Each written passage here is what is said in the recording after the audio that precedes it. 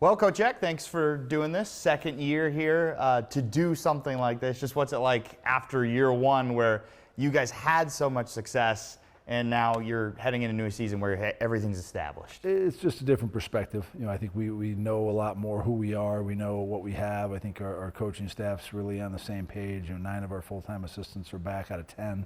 So it's a better place to be in. And it's good to have raised expectations. I think everyone's got raised expectations for our team, and that's a good sign for the growth of our program. What's it like for you as the coach? I don't think you get asked this often, but as the coach, your first year you come in, I imagine this was the first head coaching gig.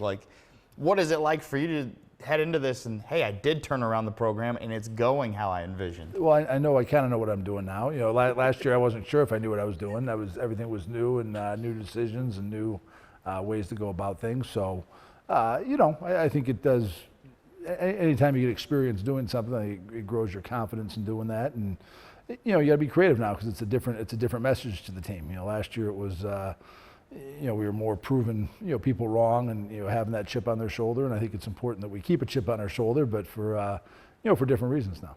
Right. And just talking about year two here, the fans here around Vandal country, they are so bought in now, it feels like. You see it everywhere you go that they're so excited about the program. Have you seen that change? I have seen that, and that's been, whether I'm in town here, whether I'm traveling around, I've been up in, Spokane, having dinner on a recruiting trip, and people come up and want to talk about Vandal football. So it's good, and I'm hoping that leads to even more increased attendance in the Dome. Last year, I thought it was a good improvement from what they had gotten the year before. And the Kibbe Dome is such a great atmosphere when you get 10,000 plus people in there. They can really make a difference in the game. I think we saw that last year in the Eastern Washington game. So I'm excited. We only have 4 home games, but I think they're going to be a real fun 4 home games. So get your tickets. Come.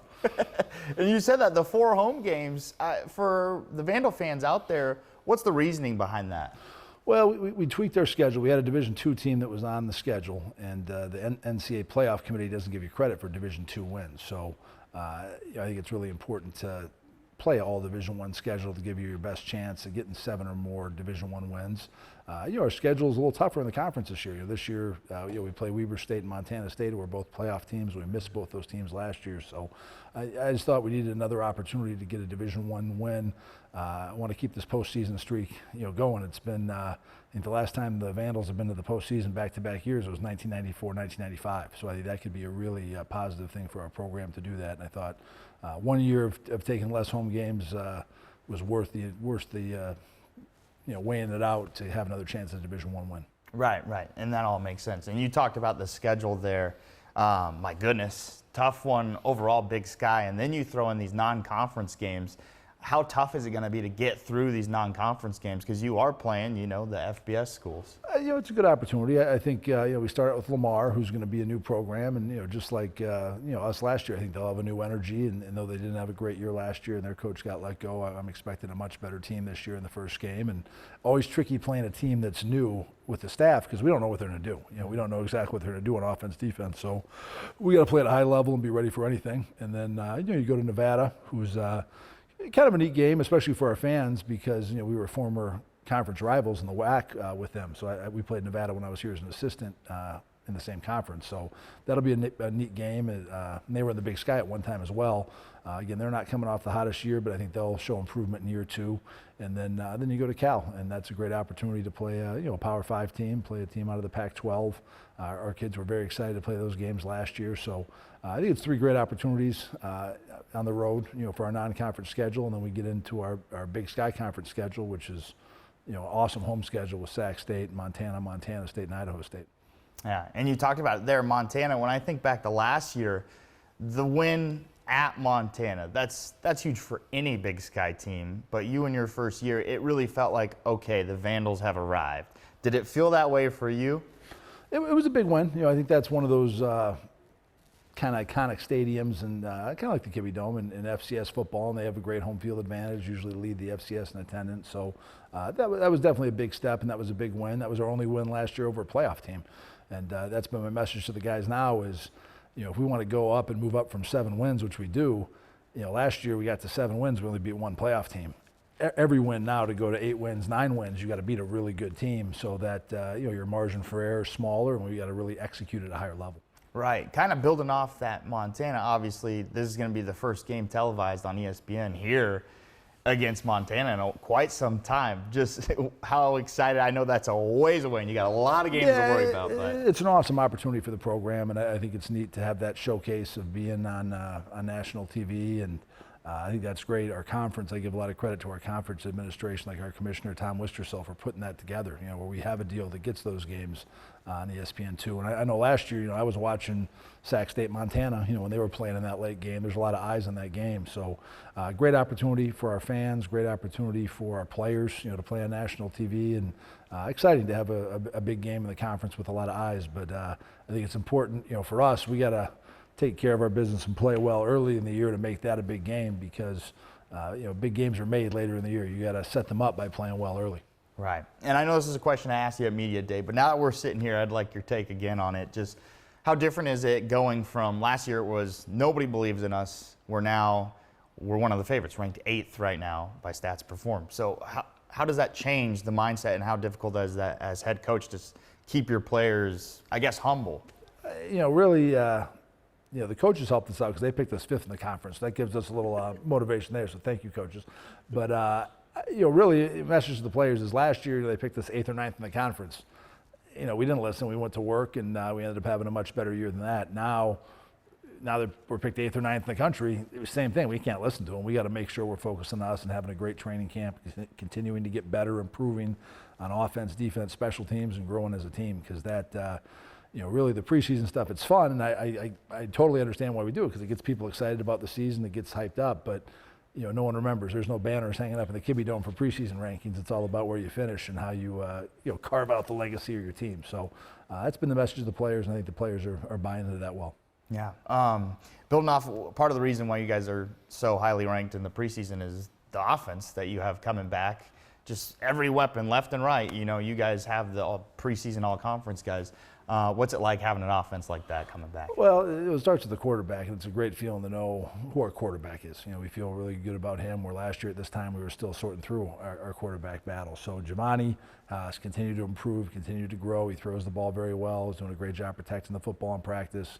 I feel good about our backup too. Jack Lane got a chance to play last year and won the Idaho State game for us. So I think that gives you a lot of confidence too, knowing your backup has gone in and won a big game. That game really clinched our playoff berth last year. And then our receiving core is super talented. Hayden Hatton, everybody's All-American. Expect another great year out of him. Jermaine Jackson really burst on the scene. We're starting to get some guys back who are battling injuries. Trez Traynor has had a good camp so far, and he was a guy who had a good year in 21 and got small conference mention, and then was hurt most of last year, but he's coming back and doing a nice job. So that's exciting. And then our run game with Anthony Woods, he's a heck of a back.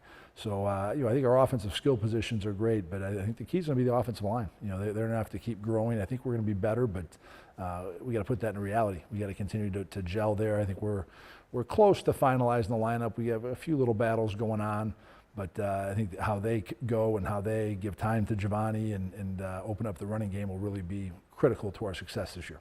Right. If anybody knows offensive line, it's you. Played it, coached it at multiple schools. How do you think that unit's coming along? It's coming along. We're still fairly young there. We got Aiden Knappich, who was a freshman All-American last year, is doing a nice job. We flipped him over to left tackle this year.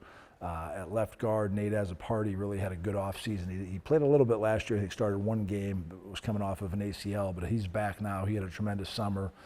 Eli Sanchez is doing a nice job at center. He played some at center and tackle last year. Then on the right side, Tagana Cisse, who's a true sophomore, is getting most of the snaps. Abe Christensen is in the mix there as well. And then we got two redshirt freshmen who are doing a good job at right tackle, and Charlie Vleem and Jack Foster. So it's a youthful group, but I think they're improving. Coach Booth's doing a really good job bringing them along, and I think they're going to keep improving throughout the year. Yeah, and I talked to a lot of the offensive guys. Sometimes when they get bigger names and they know they're all conference, sometimes you have to worry, is there too many mouths to feed? And I was blown away by everybody responded the same way. Not at all. if one of us does well, that opens things up for our other guys. What's it like to have this group of guys that are just, they're so bought in, it feels like? I think we have a really good group of guys that are unselfish, and my message to them has been football, being the ultimate team game. In football, everything's tied to winning. Tom Brady, has won the most championships, and so everyone talks about him maybe being the best all-time quarterback. That's different in baseball. They don't talk about, baseball, the guy who had the most championships. It's more stats-driven. But football, everything's surrounded around the team. And, if you're a conference championship team, you're going to have more guys on the all-conference team. You're going to have, more guys on the all-American teams. And so our success in the team helps guys individually. Guys who want to go pro, we got to have a great year, go deep in the playoffs. That gives you more opportunities to impress those scouts and things. So I'm not worried about that. I think our team has done a really good job of that, and everyone's bought into their role. And again, our offense is very versatile to take what the defense gives us. And if teams are going to overplay our passing game, that'll open it up for the run. And if people are going to get the safeties down, for the run, we can throw it over their heads. And Coach Slicer does a great job orchestrating that. Yeah, I'm interested from, hearing the players talk like that. Is there like a certain leader on this team that keeps things going? Is there a guy that you kind of turn to as a player? I think we have a few great leaders. I think Jermaine Jackson has really done a great job, and again, he comes and works his tail off every day. Brings energy. So I think he's a guy guys really rally around. I think Giovanni's been voted captain, very well respected by our team, his teammates, and a little quieter guy by nature, but he's growing into that and doing more. I think Marcus Harris is growing as a leader, as one of our captains, and we'll see. We have some other guys emerging. That's one of my messages to the team. You don't have to be a captain to be a great leader. We need great leaders through all the position groups on the team, and sometimes you need some leaders to emerge in the freshman class, who are leading in the dorm and things, where those guys maybe aren't all major contributors, but they got to be on the right track doing the things they need to as young guys to grow into that. And I'm very excited about our freshman class. I think we have a lot of guys who are going to be really, really good players in the future here. I think something that people here would love, if you look at your recruiting class this past year, ton of local ties. You're getting a lot of guys in this area. A, how has that been recruiting locally, and B, how big is that part of you growing Idaho in the area? Well, it's good. I think there's a lot of good players in this area, and I think it had been undertapped by our program before. There's more people in Idaho like than there are in South Dakota or North Dakota, and if you look at those rosters of their teams that were in the championship game last year, they had quite a few starters from there. So we don't have a ton of starters right now from the state of Idaho, but I see that growing in the future. And some guys, Trevor Miller out of Post Falls is having a good camp. Zach Johnson out of Coeur d'Alene, Lake City is having a good camp. Some of our guys from down in Boise are doing a good job. Keegan Henson, who's from Mountain View, is doing a good job. So I think we'll keep growing that, and I think it's great for the state when you have a lot of players staying home, and it's a credit to the high school football coaches, both in Idaho and in Spokane and that area with what they're doing. Aiden Knappich out of Kennewick, we kind of treat the Tri-Cities like it's in state as well, even though it's a few hours away. Those are all areas we gotta try to get those best players out of those areas. Yeah.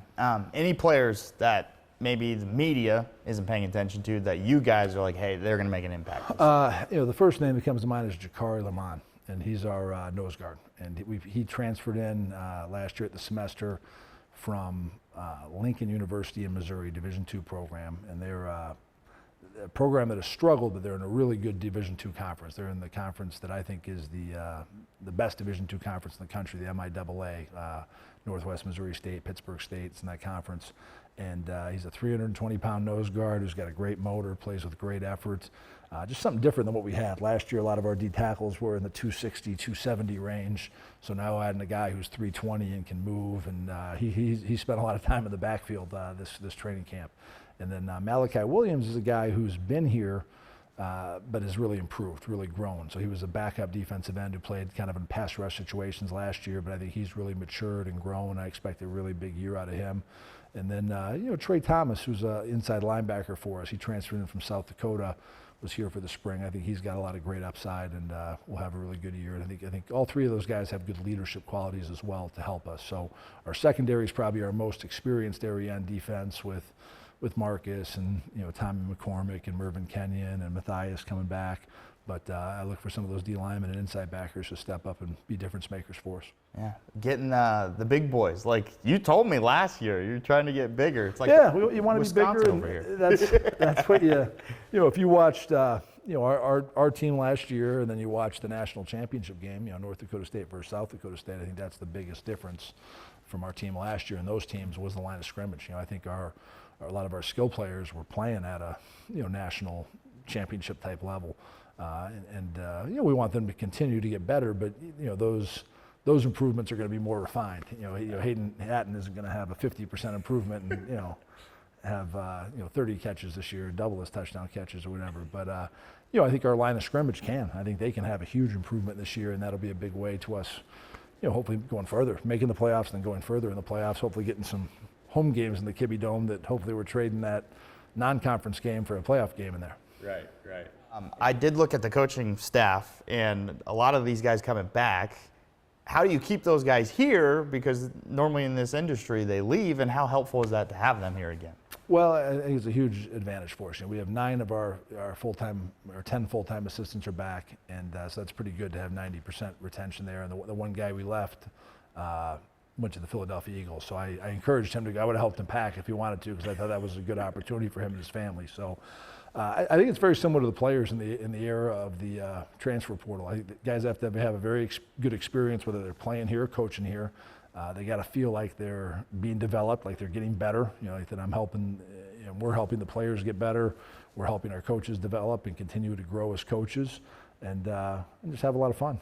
Have a lot of fun winning games in that. But I'm excited. I think we're more on the same page on our second year, and I think that is a good thing. We got to continue to grow that. And again, I'll be excited for these guys. I hope some of them do have opportunities to coach in the NFL or coach in the Big Ten or SEC one day. But I think I know I've seen in my career, sometimes you make a move that's just a little jump, and those aren't worth it. You're better off building something, and you want to make moves that are no-brainer, obvious moves, like going to the NFL from here. So very excited about our staff. Starts with our 2 coordinators, Coach Slicner and Coach Arwich are both doing a great job with the offense and defense. They're great teachers. Coach Ford is doing a great job with our special teams. I think that's an area that we got to keep growing to be one of the top teams in our conference. So very excited about our coaching staff. Just everything that's happening in college football, the landscape, everything with the Pac-12. What are your thoughts on that? Yeah. All this change is a little bit crazy. I think the thing that it's driven by football being on TV, which is great because football has a great demand. It's great dramatic programming.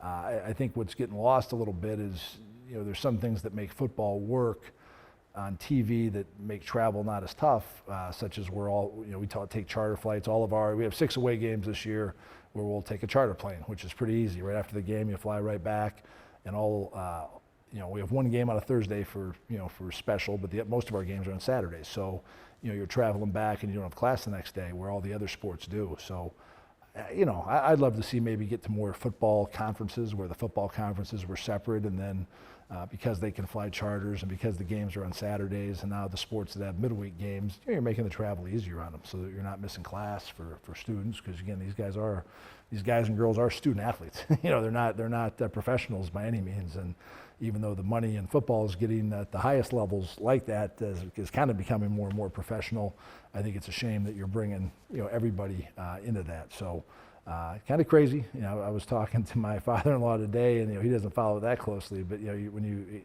you start explaining to someone who hasn't followed it closely, Washington and Oregon are in the Big Ten. It's a little crazy to think about that 20 years ago. But you got to adapt. You got to adapt in life, and I don't think this is the end of it. I think there's going to be some more conference movement coming up, and but I do think right now we're in a great spot. I love the Big Sky Conference as it currently sits, but I think you got to be on guard and be ready for a change, and you got to be able to adapt with it. And feel bad for Washington State and Oregon State, because essentially they got left behind by all these other schools. And I hope things can work out and they can find a good home to keep going, because those are teams we'd love to play non-conference, and good friends. Yeah, and kind of build off that. I know you and Dick are close from the years coaching. Just have you reached out to him? Any reaction from all that? Yeah, I have, and just told him, we'll see. Maybe this thing can fall the other way. If they could rebuild the Pac-12 and they keep their, automatic bid to the playoff, it could be a good thing. They could end up having an easier road to get to the playoff. But I don't know. I think sometimes I think the way it's going, you already hear kind of whispers the SEC and Big Ten are, trying to say, well, we should really just make it the 12 best teams rather than the conference champions. They're trying to squeeze out the group of 5 teams and make it more of that Premier League model where it's a smaller group. So I don't know. So hopefully it works out for them. And Coach Smith at Oregon State, he worked here with me. We were assistants here together. So I have a lot of thoughts for those guys. I thought Coach Smith did a great job handling it when he was getting interviewed. And they got a good team. He's focused solely on this year. He wants to try to win. This is one last year with the current Pac-12. I think he wants to have a great year and win it. So.